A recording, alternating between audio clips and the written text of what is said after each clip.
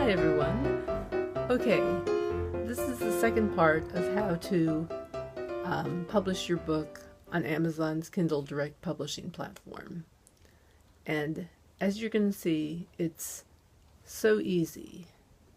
It really doesn't require much of an explanation, but what I want to do is familiarize you with the platform itself so that you'll feel that much more comfortable if you decide to do it and when you decide to do it. So with that said, let's just go through the platform. Now here's where you upload the book content. You see up at the top it says Kindle ebook content, and you can see here the settings. Here's where you would put the file itself, which of course is a MOBI. I don't know if you saw that, but there's a MOBI at the end of that file name. And here's where you upload the cover. And it's simply a matter of clicking these things and uploading the files. And of course you have, what I'm doing is I'm continuing here. Oh no, I'm sorry. What I'm doing here is showing you the preview. The preview is really cool. You can see the cover, you can see the table of contents. You can just look around and make sure the formatting looks right.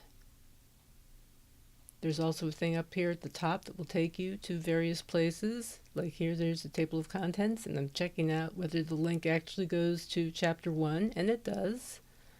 So that'll give you some idea of the capabilities of what you can see ahead of time before you even publish the book. And if there are any formatting issues, you can take care of them before you publish it. So let's go down, and yeah, there's the ISBN part. You don't have to put anything in there. It's optional. And I have Renegade Press, which is my imprint, in there. So having done that, since I'm not changing anything, I'm just going to go right to the next part, which is the Kindle ebook pricing section.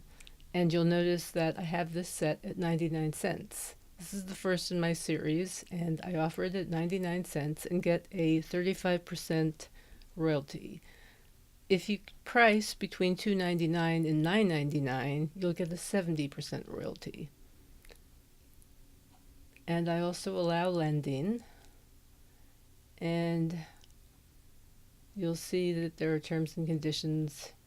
The next thing you do is either save it and come back to it, or publish. You have your choice there. As you can see, it's fairly self-explanatory. Each part of the process is pretty clearly explained in terms of what you have to provide.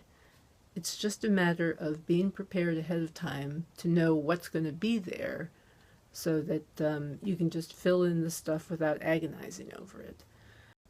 The other thing I wanted to emphasize is that each of the platforms that are out there, whether it's Kobo, Draft2 Digital, Smashwords, or whatever, Barnes & Noble, Apple, I could go on. Anyway, I won't. But the point is, each of those platforms is going to look similar. Not the same, but similar. And it would be interesting probably to do some kind of screenshot of each of these things just to give people a heads up as to how they differ. But basically they're all similar. And once you have the process of doing it on Amazon down, you should be able to do it pretty much anywhere. The only really significant difference that comes to mind is Smashwords, where they have a short product description or book blurb, description of the book, and a long one. And the short one is pretty short. I think it's 400 words, but I'm not sure about that. Anyway, that's one of the significant differences. Otherwise, you need the same things: title, author name, keywords, book description. You're going to want an author bio. I can go into more detail about this in other videos, but the process I hope, has been laid out in a way that you can understand and not feel intimidated by. Don't feel intimidated. You can do this. Anyway, that's it, and thanks for listening.